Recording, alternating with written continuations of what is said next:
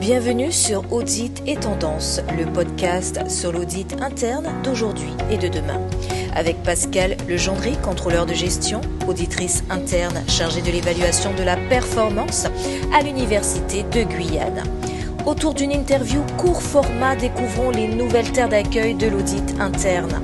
Pour cette première série de podcasts, mettons le cap sur le secteur de l'enseignement supérieur et observons. Bonjour, aujourd'hui je suis avec Éric Wider, responsable de l'audit interne à l'Université Jean Moulin, Lyon 3, depuis 5 ans maintenant, depuis 2015. Bonjour Éric. Alors, je te remercie de m'avoir rejoint et d'avoir accepté cette invitation pour participer au podcast. Aujourd'hui, la thématique est autour de l'organisation de l'audit interne dans les universités, dans l'enseignement supérieur. Et donc, voilà, l'intitulé de cet épisode est « Quelle est la place de la fonction d'audit interne dans l'organisation universitaire ? Quelle est l'organisation choisie pour cette fonction ?» Et donc, nous allons voir le cas de l'Université Jean Moulin, Lyon 3. Juste avant de démarrer, Eric, si tu le veux bien, j'avais une auditrice qui m'avait fait une remarque en me disant qu'on parle d'audit interne, et c'est vrai que en étant dans le métier, on sait de quoi on parle, mais pour d'autres personnes, ça nécessitait de peut-être accorder quelques secondes, quelques minutes sur la définition de l'audit interne. Est-ce que tu veux bien nous donner ta définition, et sachant qu'il y a aussi une définition officielle? Oui, tout à fait. Donc, ce que je vais faire tout d'abord, c'est faire état de la définition, j'allais dire normative, ce qui est celle qui est habituellement mise en avant par le cadre de référence de l'audit interne, et puis peut-être y apporter quelques compléments afin d'essayer d'y donner un côté un petit peu plus pragmatique. Donc, si on se réfère au cadre de référence, l'audit interne, c'est une activité indépendante et objective. Je reviendrai tout à l'heure sur cette notion d'indépendance qui est essentielle, notamment dans le cadre du positionnement de l'audit interne au sein d'un établissement. Donc c'est une activité indépendante et objective qui donne à une organisation une assurance sur le degré de maîtrise de ses opérations. L'audit doit apporter ses conseils pour les améliorer et contribuer à créer de la valeur ajoutée. Ça, c'est le premier paragraphe de la définition officielle. Et il y en a un deuxième qui indique que l'audit interne aide cette organisation à atteindre ses objectifs en évaluant par une approche systémique et méthodique ses processus. Donc on voit bien là qu'il y a deux grands thèmes qui évoquent cette notion d'audit et la mission. Donc, ce qu'il convient de mettre en avant, c'est que la définition ne comporte pas les mots tels que procédure, règles, contrôle, vérifier, inspecter. C'est ce qu'on met habituellement face à une mission d'audit. C'est pourtant pas ce que dit la définition. C'est important parce que y a parfois confusion dans ces domaines-là. Le contrôle, c'est pas ce que fait l'audit, c'est ce qu'il évalue. Donc on est bien dans une idée d'évaluation d'un processus, d'opération, voire d'un service pour vérifier son degré d'efficience. Donc j'ai tendance à, je vais faire une petite parenthèse, on a tendance à considérer l'audit par rapport à la notion de contrôle. Pour ma part, j'ai tendance à rappeler que le terme contrôle vient d'une définition anglo-saxonne et qu'on a tendance à le traduire en France par inspecter, vérifier. Or, si on reprend une traduction littérale, la notion de contrôle s'assimile plutôt à la notion de maîtrise des activités. Et je tiens beaucoup à cette définition parce qu'en pratique, elle a un sens qui est un peu différent du terme vérifier, inspecter, qui lui a toujours une connotation négative et qui n'est pas forcément très bien perçu par les services auxquels on va rendre visite. Donc, je porte beaucoup d'attention au terme employé et à cette définition-là. Donc c'est effectivement intéressant pour répondre à ta question et à celle de l'auditrice, de revenir sur la définition initiale et peut-être d'y apporter un commentaire un petit peu plus, j'allais dire, pratico-pratique. Il faut essayer d'arriver à une définition plus réelle. effectivement. C'est important de souligner l'aspect, maîtrise des activités, puisque dans la définition normative, tu reconnais le deuxième paragraphe, effectivement. Donc, l'audit, aide cette organisation à atteindre ses objectifs, qu'elle se sera fixés, en évaluant, ses risques et donc ces processus de management de risque, de contrôle, de gouvernement d'entreprise. Et puis, à côté de ça, viendront des propositions, des recommandations pour renforcer l'efficacité de ce management. Tout à fait, en précisant que l'audit, et encore une fois, par définition, ça fait partie du cadre normatif, n'est pas là pour juger. On fait des constats, et à partir de ces constats, on fait des propositions, des recommandations destinées à l'amélioration. Il n'y a pas de jugement de personne, il y a des constats sur des réalités. On en reparlera peut-être si on a un petit peu de temps sur les différents types de missions.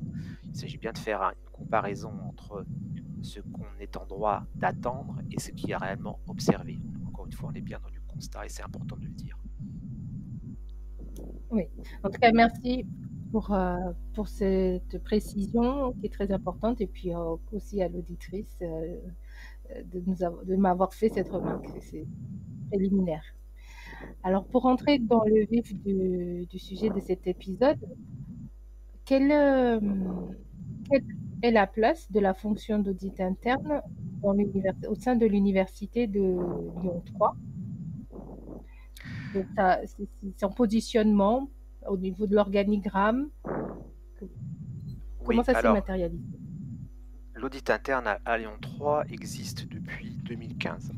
On a choisi à l'époque avec le président de suivre pour le coup la norme en la matière, c'est-à-dire de placer l'audit interne au niveau hiérarchique le plus haut de l'organisation administrative.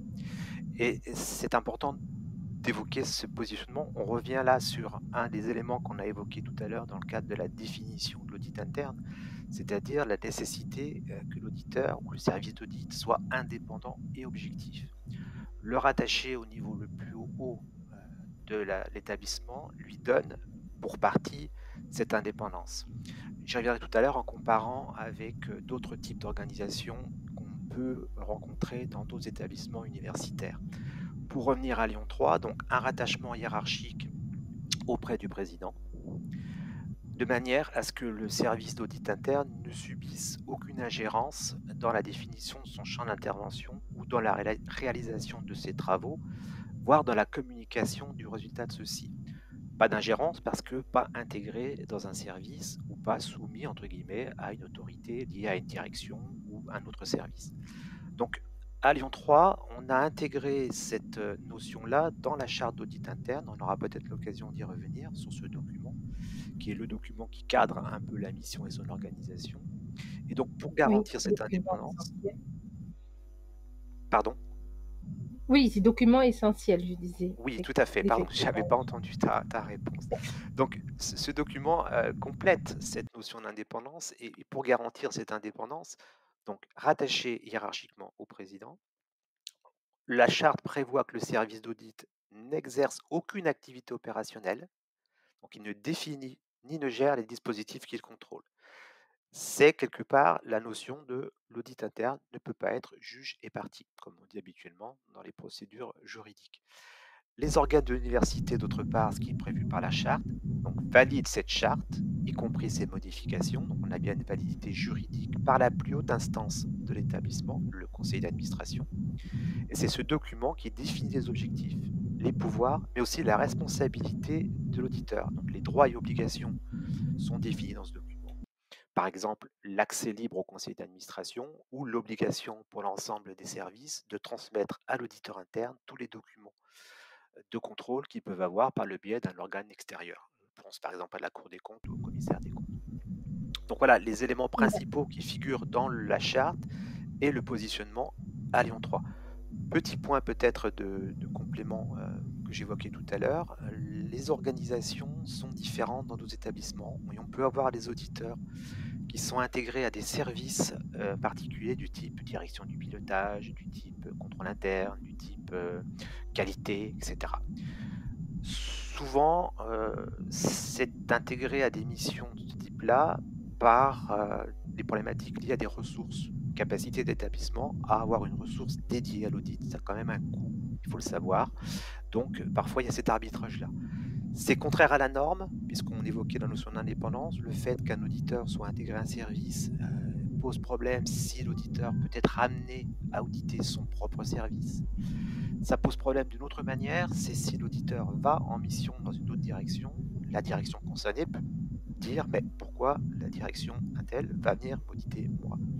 Et ça pose aussi un questionnement un peu différent, c'est que intégrer une direction sous-entend que cette direction-là est particulièrement, comment dirais-je, efficace, performante et répond elle-même aux critères d'audit. Donc ça présente pas mal de difficultés par rapport aux normes. Je reviens toujours à cette notion de norme et de pratique. On peut comprendre un positionnement de Oui. ce type-là compte tenu des ressources possibles ou pas de l'université. D'ailleurs, au sein de ta direction, combien d'agents y a-t-il? Alors, Combien à Lyon 3, d'auditeurs? il y a un seul auditeur, donc c'est moi qui assure ces fonctions d'audit et qui suis rattaché au président. Je n'ai pas de direction, donc je suis totalement autonome. La question sous-jacente, c'est les moyens sont-ils suffisants finalement pour un établissement. De mémoire, mais ça mériterait peut-être une vérification, je crois que le ratio, au moins dans le domaine privé, c'est 3 auditeurs pour 1000 employés. À Lyon 3, on a un auditeur. Dans les précédents podcasts. Oui. Donc à Lyon 3, on a un auditeur pour, si on compte administratif, l'employé, 1500 à peu près personnel. Donc on est un petit peu en dessous de la norme, mais c'est suffisant, j'allais dire, pour un établissement de ce type-là, si on s'en tient à la mission d'audit seule. Donc tout dépend après de ce qu'on veut faire à l'auditeur. Donc 1500 employés, donc le personnel administratif. Et enseignants. Et enseignants, d'accord. Et justement, quelle est la part d'administratif? Est-ce que comme ça, on est à peu près moitié-moitié. On est à peu près à 800 administratifs de mémoire, 800 administratifs, 800 enseignants à peu près. Sachant que Lyon 3 est une administration. Oui. Excuse-moi, d'étudiants justement aussi, pour qu'on puisse situer la taille. Un peu plus de 30 000. Un peu plus de 30 000. Donc c'est une université moyenne, voire petite, en petite entre guillemets, dans la hiérarchie des universités francophones. Oui, mais c'est quand même un volume important ensuite qui se décline dans des missions d'audit. 30 000 étudiants, 1500 enseignants et personnel administratif, donc c'est un gros volume de processus aussi. Oui, tout à fait, bien sûr. Très bien. Donc, donc tu disais que le responsable de l'audit interne a un accès libre au conseil d'établissement. Donc, c'était une volonté de transparence, d'accès direct à l'information. En fait, l'idée sous-jacente, c'est celle qu'on évoquait tout à l'heure, c'est la notion d'indépendance et d'autonomie au sens de ses conclusions, c'est-à-dire qu'il doit être en capacité de transmettre les informations liées à ses rapports d'audit au conseil d'administration, puisque c'est le conseil d'administration qui a validé la charte. Donc accès libre, ça veut dire qu'il peut demander à être entendu par le conseil d'administration. Alors normalement, je fais un rapport d'activité annuel dans lequel j'explique les missions qui ont été réalisées ainsi que les résultats, les points forts, les points faibles, etc.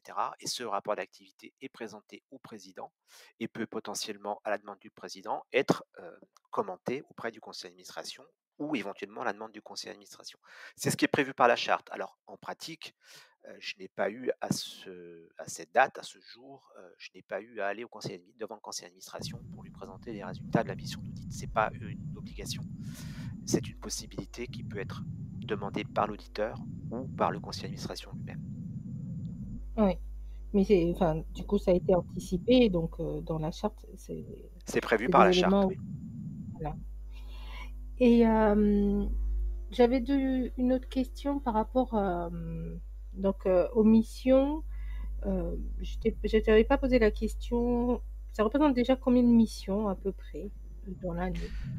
Alors, Oui, à l'échelle de ton sur champ Lyon 3, donc d'intervention? oui, depuis que j'exerce ces fonctions en 2015, on est à une douzaine de missions d'audit à proprement parler, donc de véritables missions d'audit avec un rapport définitif, des recommandations et un suivi derrière. 12 missions à peu près, c'est 1 à 2 missions par an. En fonction de l'importance de celle-ci, ça peut prendre plus ou moins de temps. Sachant que en parallèle de ces missions, j'ai pu exercer des missions dites de conseil, donc qui ont pour différence de ne pas donner suite officiellement à l'établissement d'un rapport avec des recommandations Oui, et un suivi de celle-ci. Ces missions de conseil, par exemple, elles peuvent varier, hein, c'est dans le domaine de compétences de l'auditeur sur les risques ou le contrôle interne. À titre d'exemple, cette année, la mission de contrôle du conseil, pardon, des formations professionnelles. La mission de conseil a porté sur le plan de continuité d'activité et le plan de reprise d'activité. Pour donner une idée, ces missions-là peuvent être en phase avec les réalités quotidiennes, quoi. Donc ces missions, elles viennent en complément et peuvent prendre du temps aussi sur l'activité de l'auditeur, quoi. Donc 12 missions d'audit, plus des missions de conseil qui sont assez variées, qui peuvent représenter 2 à 3 missions par an également, quoi. d'accord. Et pour réaliser ces missions, tu t'appuies sur des outils, bon, en dehors de la charte. Est-ce que tu as des outils spécifiques, des applicatifs métiers que vous utilisez? Alors, Ça, c'est une question de curiosité pour voir oui, c'est comment une ça se bonne gère. question parce que c'est un vrai problème, les outils de l'auditeur. Donc, je répondrai peut-être en deux temps. Il y a les missions, enfin, ce que j'appelle les outils internes et propres à la mission elle-même d'audit. Donc, à savoir rapidement qu'une mission d'audit comporte trois phases, une phase de préparation, une phase de réalisation avec des tests et des échanges et une phase de conclusion avec la rédaction des rapports. Donc, sur cette mission elle-même, je n'ai pas d'outils dédiés au sens logiciel. Mmh. Je me sers, j'allais dire, de la bidouille, entre guillemets, Excel, c'est-à-dire qu'on utilise des documents Excel pour suivre la Oui, mission. Excel nous Ça, nous c'est, aide beaucoup. oui, c'est utile, ça nous aide effectivement, mais c'est un petit peu capricieux, j'allais dire. Euh, mais toujours dans le cadre de cette mission, donc j'ai pas de logiciel dédié et en tout cas dans l'instant, pas l'intention de procéder à l'acquisition d'un tel logiciel parce que ce qui est fourni par, et pour l'avoir regardé d'un peu plus près, ce qui est fourni par le marché concerne, me semble-t-il, les établissements ou les environnements conséquents et donc surdimensionnés, je trouve. Donc c'est un peu dommage, mais du coup, je fais avec ce que j'ai. Donc sur la mission elle-même, donc ça, de l'Excel, effectivement, bon, bien sûr, tout ce qui est bac bureautique. J'utilise par contre deux outils qui sont connus, en tout cas au moins l'un qui est connu et pratiqué, c'est la cartographie des risques, qui est Oui, systématiquement utilisé dans chaque mission d'audit pour voir un petit peu comment on se situe et quels sont les risques des processus. Et puis, ce que j'appelle moi un document d'autodiagnostic, qui est lié à ce qu'on évoque comme étant une échelle de maturité des processus, qui n'est pas toujours usité. C'est un petit document interne qu'on a créé, mais qui existe par ailleurs, et sur lesquels on peut s'adapter, on peut adapter quelque chose en interne, qui permet en fait d'évaluer le processus par rapport à sa maturité, ce qui nous donne un élément intéressant de réflexion sur le niveau de maîtrise de ce processus. Donc j'allie cet outil d'évaluation avec l'outil cartographie des risques qui permet d'avoir un premier constat sur le dispositif de maîtrise du processus que je mets en avant systématiquement dans mes audits. Je ne vais pas plus loin sur ces oui. éléments-là parce que ça prendrait énormément de temps et c'est pas peut-être le thème de ce podcast. On On y fera un reviendra. podcast là-dessus. Voilà ce que j'allais te dire. Si nécessaire, on y reviendra.